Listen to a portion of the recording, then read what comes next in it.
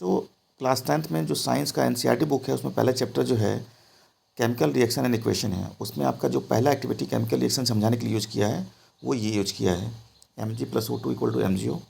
तो जब भी मैग्नीशियम को इन प्रेजेंस ऑफ एयर इसको जब बर्न करते हैं तो MgO फॉर्म होता है। ठीक है, ये आपका एक्जोथर्मिक रिएक्शन होता है।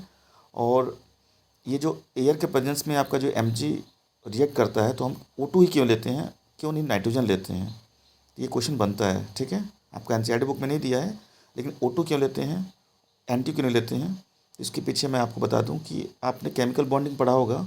O2 में क्या होता है, O2 में आपका डबल बॉन्ड होता है और N2 में क्या होता है, ट्रिपल बॉन्ड होता है।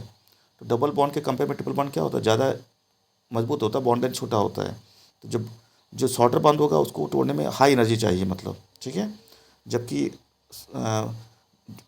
जबकि डबल बॉन्ड को तोड़ने में एनर्जी लेस चाहिए। तो देखिए आपका यहाँ लिखा हुआ है Mg+O2 ही लिया गया, ना कि N2। तो अगर लो फ्लेम है तो आपका MgO फॉर्म होगा, लेकिन अगर हाई फ्लेम है तो साइड में आपका क्या होगा, Mg3N2 भी बनेगा, जो येलोइश ब्राउन होता है।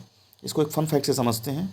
कभी भी अगर आप नाइट्रोजन के जार में जलता हुआ अगर मैग्नीशियम भी भले जाएंगे तो आग क्या होता है, वो फ्लेम जो है कंटिन्यू रहता है। इसका मतलब है कि वो N2 से रिएक्ट करता है। ठीक है, तो बेसिकली जो है O2 ही क्यों लेते हैं, क्योंकि O2 क्या होता है, उसको लेस अमाउंट ऑफ एनर्जी में ब्रेक हो जाता है, जबकि N2 नहीं ब्रेक होता है। दैट्स वाई आपका O2 का रिएक्शन रैपिड होता है और ये स्लोअर होता है। अगर हाई फ्लेम है तो आपका साइड प्रोडक्ट में Mg3N2 बनेगा इसका। Thank you.